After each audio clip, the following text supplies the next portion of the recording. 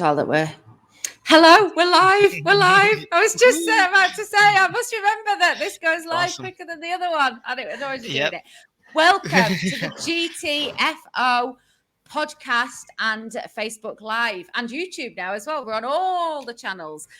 So today we are here to talk about, is sales discounting ever worth it? Now, this is one of those arguments or discussions that businesses have internally all the time. Now, obviously, if you're an e-commerce business, there are really obvious reasons as to why you would discount your products and services.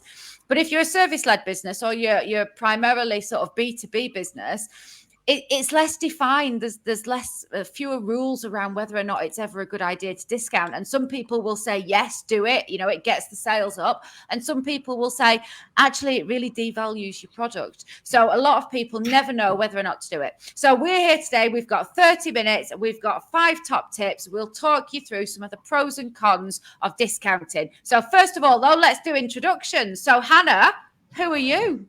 I'm Hannah. I'm a director of Grow Traffic, and I'm in Sheffield. Woo! Yay! Woo! And Ibby, who are you?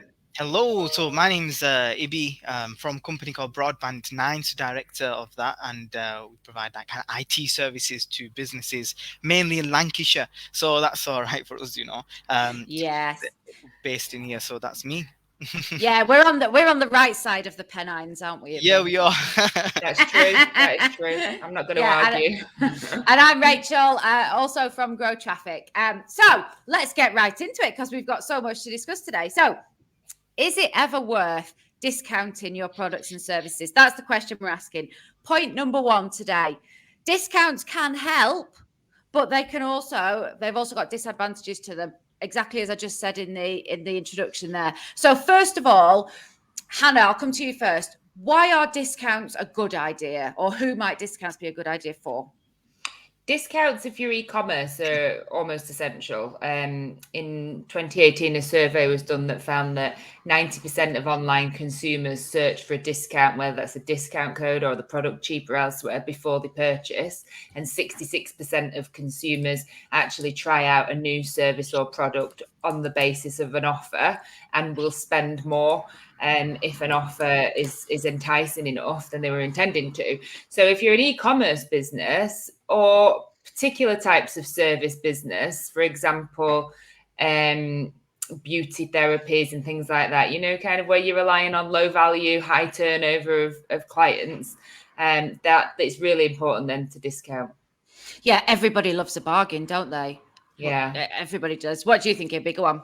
Yeah, I think it's a really interesting topic because, you know, I was researching on this and I came across the term that a lot of people or businesses use internally, you know, like it's a loss leader strategy. And so where they'll offer a discount where it can even go to, you know, the price point where they're losing money on a product, but it's only there to entice the potential customer to go and get something, you know, off the shelf somewhere else. And I know supermarkets do this and, you know, a few other kind of, especially when it comes to online. So it can attract the type of customers that you want to go to a specific kind of product and to buy something else that will make them more money. So it's really beneficial in that way. I've also noticed as well, like a lot of people, especially, you know, since just expanding on what Hannah was mentioning regarding e-commerce, you know, you get these plugins that go on your Chrome and your Firefox where it automatically searches for the discount codes or the voucher codes. So I think it's really important that if some company or some service is going to have a discount in place, that they do it in the right way, so that from a consumer's perspective, it's easy to find that, but it's also tracked to see how many people are applying the code, how many of them come back. So it's kind of really good for analytical purposes as well, you know. So that's such a good point.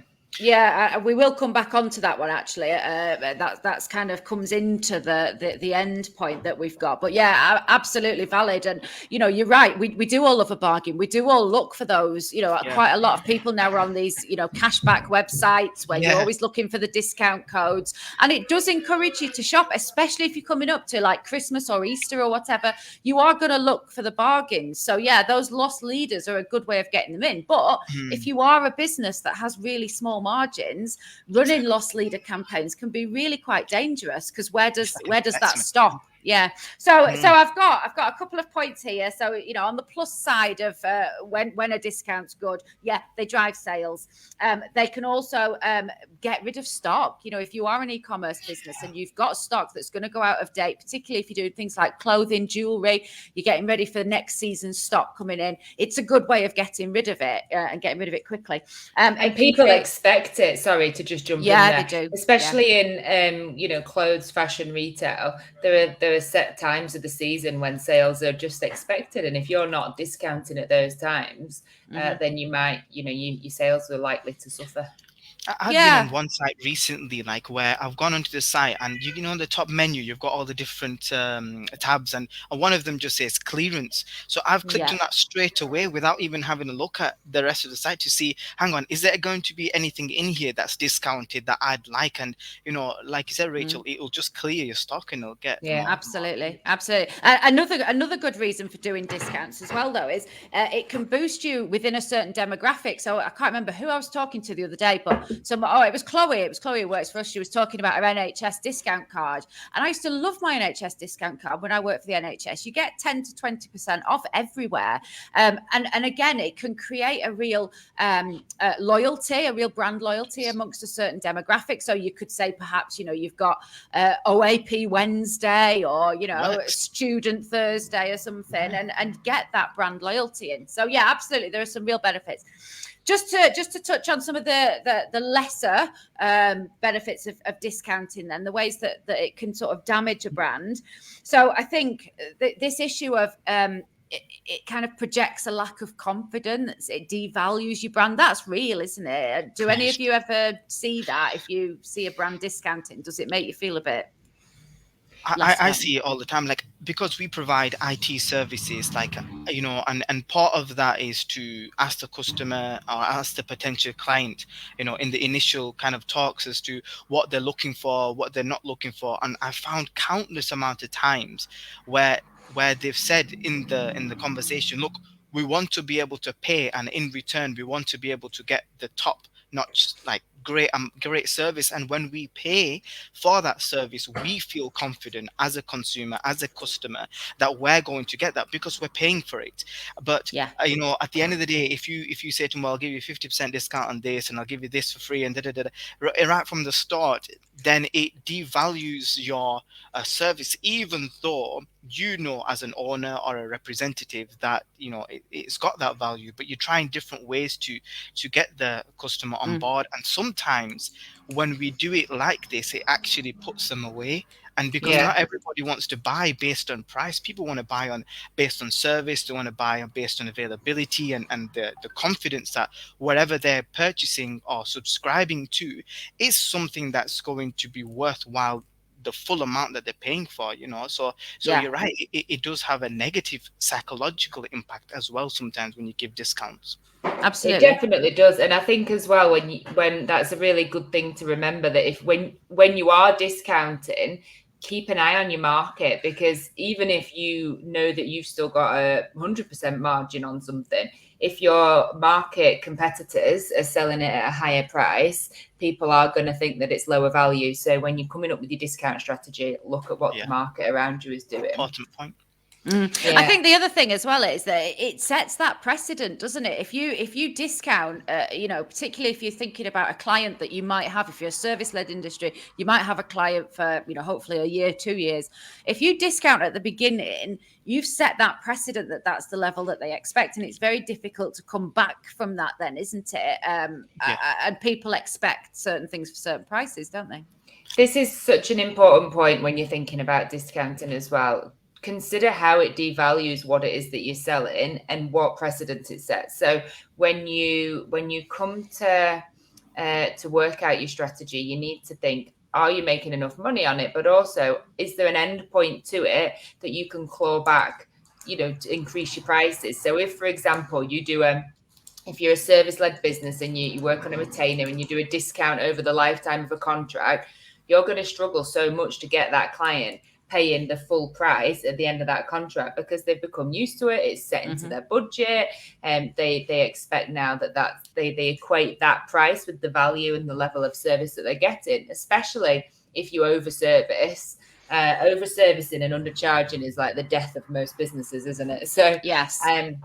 So I'm going to put my hand up here and say that was me, That was us. That was us. Yeah, that was us, Abby. A lot of businesses do this. Yeah. And the thing is, it's because when you're starting off, you're kind of scrambling and you're thinking, how am I going to get people? How am I going to do it? And I think this is such a great topic to talk about, to say, look, don't go overboard with your, discount strategy, and don't feel that this is the only way that's going to be able to get clients through this. You have to show the value, and you have to make sure that you're confident in your products. You believe in yourself, and you don't have to have these things. And in the beginning, like, I really underpriced my services, and I was over delivering because I could. I had the infrastructure. I didn't have that many overheads.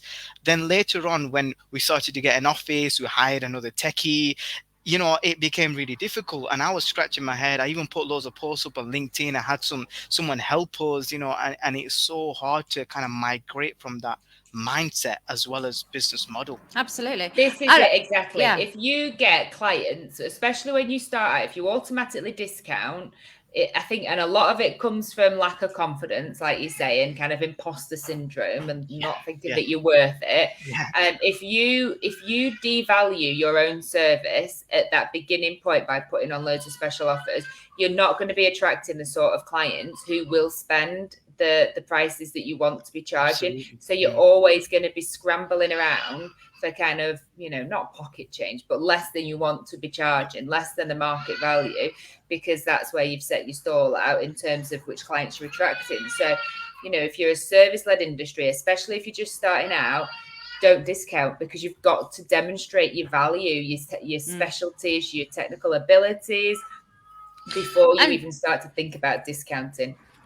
All of that is correct, but I think as well, it is that natural progression, isn't it? A lot of people, especially if they're kind of service-led or agency side businesses, they set off because they see somebody doing something and they think, I could do that cheaper. For example, copywriting. You're working for an agency as a copywriter. You think, I could charge my clients less as a freelancer and they're still going to get my service, and I get all the money. So that's how a lot of businesses will start out. So absolutely, it's that imposter syndrome. It's not having confidence, and it's a natural place to start, to think, I can do this cheaper, I'll discount, and then I'll over deliver, blah, blah, blah. And that's why, most businesses at some point will go through the pain of having to put their prices up, everybody in the business will go, oh my God, that feels so uncomfortable now because we've been charging this and now we're going to have to charge this.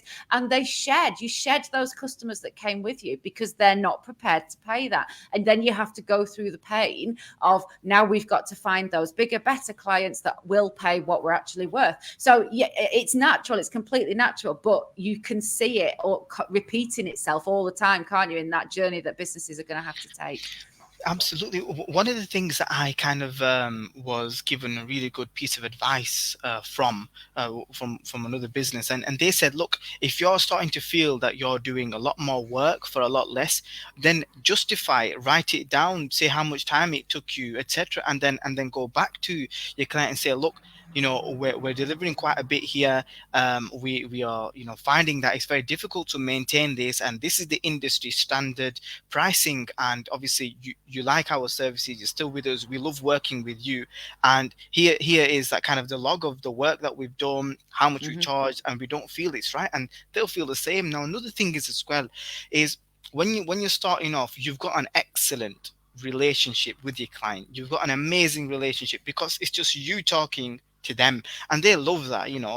Initially I had a WhatsApp group with me, the techie, and the directors of every single company, separate groups of who we were managing. So whenever they had an issue that was relating to them, they'd just quickly get in contact, and they used to say, we love that about it. But if we now get 100 IT clients, that's going to be definitely unmanageable. So it's about that whole mindset shift. And one of the fears that I remember I had was like, okay, I've got a really good relationship with such and such a client. How am I going to approach them? What am I going to say? What if they turn away from me, and what if we're not friends anymore? So you have all these questions, but a person should be able to go through these, slowly but surely. And these tips that you're talking about, they'll really, really help us.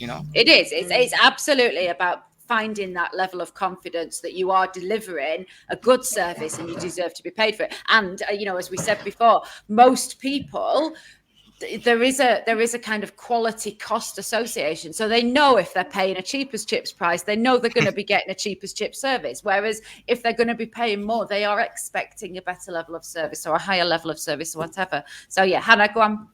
I think as well, then in following on from what you guys both just said, have a really, really good reason to discount. Therefore, don't just discount because you think that your product or service is not quite up to scratch with the market leader, because that's when you struggle to claw it back. If you have a good reason to discount, then it's always you're never gonna be undervaluing your product. So for example, we discount on longer contracts because the incentive is to take on longer contracts because that's better for us and better for the client. So we offer discount on a longer contract, and that's it. But there's a legitimate business reason for doing that. So think about why you're doing the discount. Is it just because you don't have full confidence in what you're selling, or is there an actual reason for it? Okay, so what you've done there, Hannah, is a Simon Daly. You've done a Daly. So I was just about to say, so we've talked about the pros and cons of discounting, and for some businesses it's not going to be right. You've got to think about it carefully. But let's assume that you are going to discount. Point number 2 about what the thing that you need to think about, have a really good reason as to why you're discounting. I'm well surprised that that's coming. I'm sorry. I know that's really all right. No, honestly, it's not. Ibby, do you offer discounts at all? And if you do, what reason do you give when you do? A lot of the times the reason of discounts is for example, if we have like a partnership or a referral scheme. So if there's a referred customer that comes through another business, and the person who referred us, they would get a discount of some of the services or the total bill, and even the person who comes to us, they would get a discount. And to be honest with you, we feel that works really well in terms of spreading our kind of client base, and the networking works really well. And some of the times, like Hannah mentioned, the length of the contract is quite important for the client, so you can maintain a steady improvement of the service, or create a good plan for them going forward. Because having something very short term, you're only going to really gain short term benefits, and the incentive. Because in a service led business, like yourselves, like ourselves, and other businesses, in your mind, you've got a client in front of you, they approach you with problems, and you think, how long is it going to take for me to be able to help them fix these issues that they've got, both in the short term and long term? And in return, their whole business model will grow. So to make it better for your own self and for them, you offer them that kind of incentive for the long term. So you're right.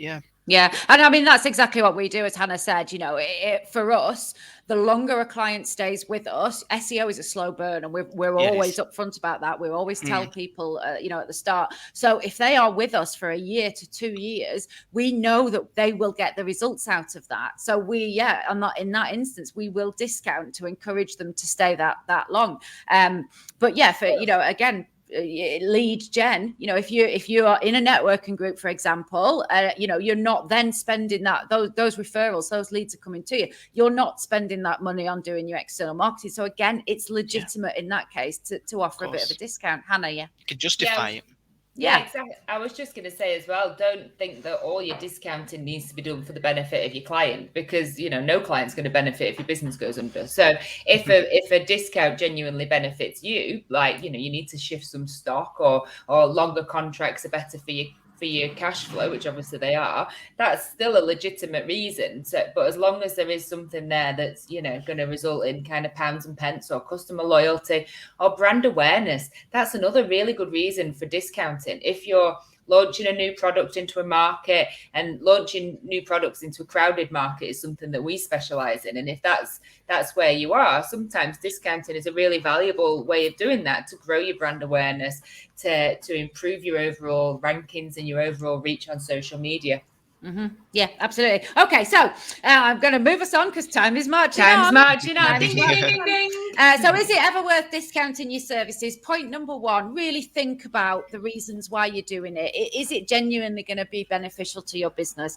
Number two, if you are going to do it, have a really good reason for doing it. Make sure you attach that to something, and it's not just an arbitrary thing. It's January sales, or it's a 12-month contract, whatever it is. But make sure there's the client is aware that there is a reason why that discount is being offered. Number three, ensure that it is manageable. I mean, this is just basic common sense, isn't it? If you're offering discounts that are going to cut into your profits, although, go on, Hannah, because what we were saying before. You say it's basic common sense, but a lot of businesses don't know their numbers, and I'm not going to stand here and be really smug about it, because there've been times when I haven't known the numbers. People think their margins are much, much higher than they are, because they don't take into account things like petrol expenses, or those little tiny bits of expenses that mount up and pull on your margins. So make sure before you discount that you really, really know what your margin is on each product or service, and don't just stick a finger in the air and pick an arbitrary discount figure. Oh, we're going to give 10% off, or we're going to give 40% off. Because if you give 30% off, for example, that might be your entire profit margin. It might be more than your margin. Margins are very rarely, if you're making a margin of 30-40%, you're bloody winning. So most margins, depending on the sector, sit around kind of 15-20%. So especially in digital marketing. So if you're giving a 15-20% discount on services, you fucked it. You need to make sure that that you're not just thinking 15%, 20%, that's a nice round number, I'll do that. Really consider your maths. And if you're not sure how to do it, ask a business coach, ask someone who is capable of figuring this out with you and doing all the complicated maths that you need. Yeah, I mean, Ibby, you mentioned at the beginning, didn't you, about the lost leaders that sometimes, and you're absolutely right. If there is a genuine reason as to why it's, for example, launching a new product, getting rid of stock, whatever it might be, then you might offer a discount that is going to eat into your profits. But if that is the case, you've got to make sure that you are so strict on that's for a really limited period. It's on a really limited set of products or services or whatever, because otherwise, if you don't put limits on that will quickly run away, won't it? And that can bankrupt businesses. It can. And if you've got a loss leader as well, make sure that the next level up. So typically you'd use a loss leader to push the next level up. So make sure that you've really thought about the quality, the monetary value, and the service value of the next level up, to make sure that not everybody picks up Ibby. I'm so sorry. That's all right, don't worry. To make sure that people don't just keep picking your loss leader if they're kind of offered a 1, 2, 3 package, to choose from.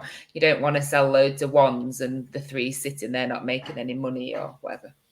I'm going to move us on, but Dan Fisher, hi Dan, watching on the Facebook Live, made a really good comment. Actually, he said he doesn't offer discounts because it's not fair on the existing customers, and none of us have mentioned this yet, have we? I think that again is a really good point. If you have loyal customers that have been with you for donkey's years, and then all of a sudden for every new customer you're offering, I mean, this is how the big 6 energy companies get into trouble, isn't it? Because if you're a new customer, you get a better deal than somebody who's been with them for 15, 20 years, and there's no loyalty there. So I think that again is something else we need to think about, isn't it? It's really interesting. I was speaking to somebody today morning actually, and he was saying a quote from Elon Musk, and he was saying that he made a announcement to all the Tesla dealers out there, and they're saying that if you can't justify the reason why you've offered the customer previously a discount on their purchase, then you should not be discounting. So that's a really kind of different aspect of it, and a really kind of cool way of saying that if you're able to justify the reason, then it's okay. Otherwise, if you can't justify the reason to the customer who's about to buy now, because you've got customer A who's paid £80, you've got customer B who's paid £100, and the customer B is going to be like, why am I paying £20 extra? Exactly. And if you can't justify it, then you shouldn't be giving it. Yeah, fairness is a massive thing, and fairness will impact customer loyalty, won't it? Absolutely. Okay, I'm going to keep us moving. So is it ever worth discounting your services? Number one, discounts they can be very beneficial, but they can also be downfall. So think about it carefully before you do it. Number two, have a really good reason for doing it and make it clear what that reason is so that everybody's aware. Number three, ensure that it's manageable. Just don't let it eat into your profits too much. It's got to be manageable. Number four, limit the discount. So it's got to be either for a limited time period. So it's got to be only for a limited number of people. It's only got to be on a limited number of products. You can't just have hundreds of discounts. I tell you one thing that really annoys me when I see it is when you go onto websites and you get, a discount code, and there's just hundreds of them. There's hundreds of them running at once, and I think it's like, is it Photobox or Fish, Snapfish or something? There's always millions listed, and I'm like, I never know which one to use. I don't know whether to, go for the 30% off 4 items, or the 25% off 100 items, or the buy 3 get 4. It's confusing. Yeah. Domino's is like that, isn't it? And I think as well, like, I mean, I'm on a crusade against Domino's. So Domino's, if you're listening, fuck you. But I hate them. but they put the prices up and then they discount off. What is the point? It looks like a scam. It's a scam. So and then there's a gazillion. You need a degree in maths, in economics, to be able to pick which Domino's voucher you want. And then when the pizza comes, it's shit. Yeah. I saw an article recently about there was someone who did an AMB test on whether offering a discount code for a percentage was better than offering a discount code with actually a price fixed on it, so £20 off or £10 off. And they were saying that it just depends on the type of website and what you offer, because percentages are like, you got to go on percentage calculating. If you're not, you go and calculate to find out what is 10%, or add it to the cart, or remove it, and then go through all this. But if you know if it's £10 off, it's £10 off or £20. So you've got to consider how you're going to apply that. If you were going to apply it. Sorry, I've just backtracked then, but no, it's good. It's absolutely right. Because I am rubbish at maths. I'm absolutely appalling at maths. I took 10 milligrams too much of my medication yesterday because I'm so shit at maths. I couldn't work it out. I couldn't work out whether 40 milligrams was more or less than 30 milliliters. And I was like, but yeah, it's exactly that. Honestly, people, especially if you're buying a big ticket item, it's hard to work out what the percentages are. So make it clear, make it easy for people, limit it, and just have a couple. Okay, what time are we on? We're going to run out of time. Right. So is it ever worth discounting your services? Number one, think about it really carefully. Number two, have a good reason to do it if you are going to do it. Number three, ensure that you can manage it, that business, that discount is not going to bankrupt your business. Number four, discount only for a limited time or to a limited people or on a limited thing. Just have one. And just have it limited so that they're not running amok everywhere. And number five. Can I add a 4.5? You can. There? Be fair to your existing customers. Yeah. Yes. Yeah. Absolutely. Well done, Dan. And then number five, the last one. Review it regularly. This is something you said before, actually, Abby, about checking your analytics. There's no point having hundreds of discounts running if you don't know whether they're actually working, you don't know who's using them. Again, this is another reason why it's good to be clear and limit them. You can then see what is the actual impact of that. Did it help or did it make it worse? Review what you've done. It's basic again, isn't it? But people so often forget it, don't they? Forget it, yeah. Yeah, especially if they're discounting kind of on rote, it's January, so I've got to do a January sale. Think they might not consider whether or not it's actually worth it for your business, or whether you would still make the same volume of sales without the need to discount. if you're selling, we always have a bit of a boom in January because people kind of think, right, let's get the website sorted. We'll do it in the new year. So if we put on a January sale, we don't need to do it to incentivize new clients, and we would actually make a loss on that, but we might do it for another reason. So especially if you've not particularly thought about why you're doing it, or if you've really thought about why you're doing it, you've got a very specific target in mind, you've got to be checking your analytics, set up conversions on your website on analytics so that you know which page is working best if you've got an e-commerce site, which products are flying off the shelf, where you're losing people on your website, and how they're finding those special offers. Even if you've not got e-commerce, even if you are a service-led business, there are still ways that you can set up conversions on Google Analytics. You can set up specific landing pages so that you can see how much traffic is driving through that. It's hard to know how much you would have sold without having that discount. That's a really tricky thing to actually measure. But the rest of it, how successful it's been, how many people are then following through, how many people are sticking with you, all of that is really basic, easy information to pick up. So use it. Okay, we are out of time. Thank you so much to both of you. I'm just going to recap the 5 points, and then I will ask each of you for your final comment. So, is it ever worth discounting your services? Number 1, think really long and hard about why you're going to do it. If you haven't got a really good reason for doing it, don't do it. If you are going to do it, though, number 2, make sure you are clear as to why you're doing it. Make sure people understand what the reason is. Make sure you understand what the reason is. Number 3, ensure that it is manageable. Don't let it eat into your profits. Don't pick an arbitrary figure. Be really sensible about what kind of discount is manageable for your business. Number 4, limit the discount. Limit it in terms of time, audience, products or service, however you do it. Just limit it. Make sure it's for a limited period only, and only have one going at once. And number 5, review it regularly. Make sure you are keeping your eye on that. Don't just let them run. Don't have discount codes that go on for 3 years.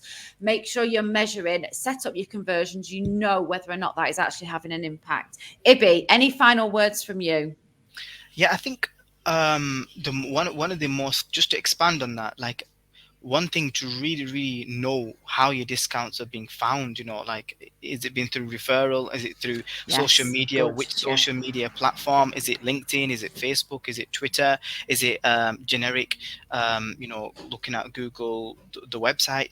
And there's a lot of growth that can be done through of your own website, through having your site listed on other people's sites, as backlinks. So which links are coming? So having an analytical approach to understanding how those codes or how the discount is being found can actually change your whole business model. Because sometimes I feel like something's going to work, but it just doesn't. And I feel like something's not going to work, and that does. So to be able to have a flexible mindset is quite important, I think, as well. Yeah, absolutely. Very good point. Yeah. Hannah, final words from you. Just know your numbers. Make sure that it's financial sense, and have a really good reason to do it. And 4.5, be fair to your customers. Yeah. And my final word would be, really think about it. Yeah, as we said at the beginning, they can be a great idea, but people don't necessarily expect it. And there is a real equation with how much you pay and what level of service you get.